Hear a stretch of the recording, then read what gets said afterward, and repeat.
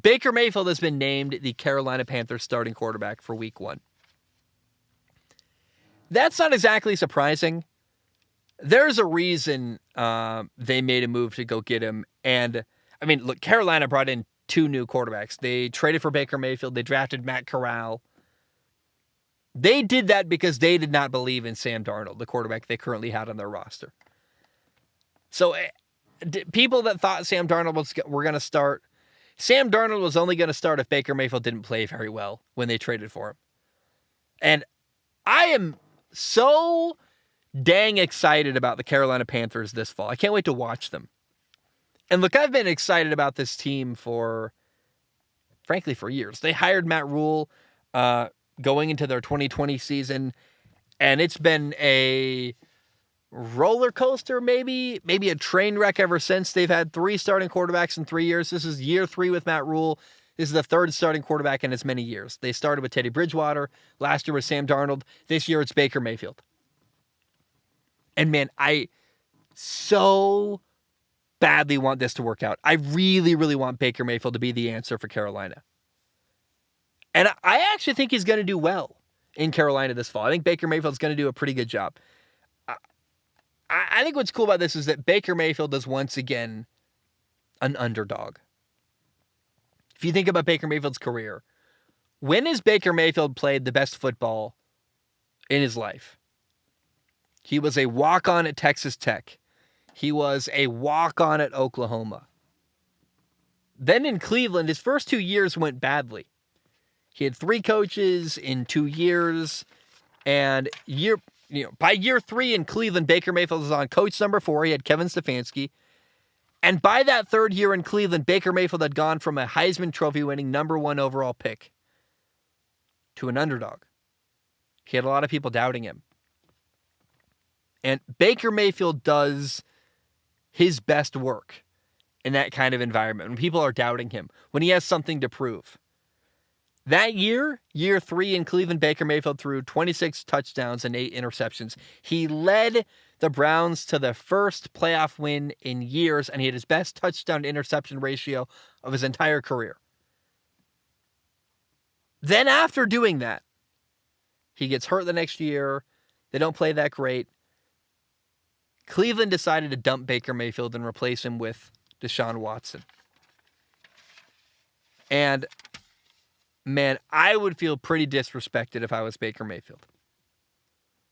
But I will say, remember in Cleveland, Kevin Stefanski, his head coach, the guy that they hired after Baker was already there, Kevin Stefanski didn't draft Baker. He inherited Baker Mayfield. He didn't choose him. Carolina's coaching staff chose Baker Mayfield. They made a move to go get him. And while I worry about the support around him in Carolina, Christian McCaffrey, running back, is awesome. He's a star, but he's often injured. And DJ Moore and Robbie Anderson, they're solid receivers, but they're not as good as the receiving core he had last year and in recent years in Cleveland. So on paper, Baker Mayfield went from Cleveland to Carolina and downgraded to a worse football team. But I will say, the new situation in Carolina for Baker Mayfield is him with a coaching staff that actually wants him, that believes in him. That could make a really big difference. And once again, Baker Mayfield is an underdog. He's got a lot of doubters and a lot of people to prove wrong. Can he make good decisions? Can Baker Mayfield make Cleveland look silly for getting rid of him? I also don't think Baker Mayfield needs to win games. I think it would help with public perception if he did. That would be awesome. And he has to play well. But if he has a good year and Carolina's bad all around him and they lose games, I mean, like I said, ideally he would win games in Carolina. But if Baker plays well and Carolina loses, as long as he's not the reason why Carolina's losing, I think he comes out on top, saying like, look, I killed it. My team sucked, but I did really well. I'm rooting for Baker. And frankly, I'm rooting for Carolina. I really, really want to see the Carolina Panthers do something good finally. I want to see them win. I've been wanting to see them win for such a long time. And I will also say, the Panthers drafted a quarterback, Matt Corral, in the 3rd round. He's got a Liz Frank injury, meaning he's got a torn ligament in his foot. He's out for the year. And the one person this benefits is P.J. Walker.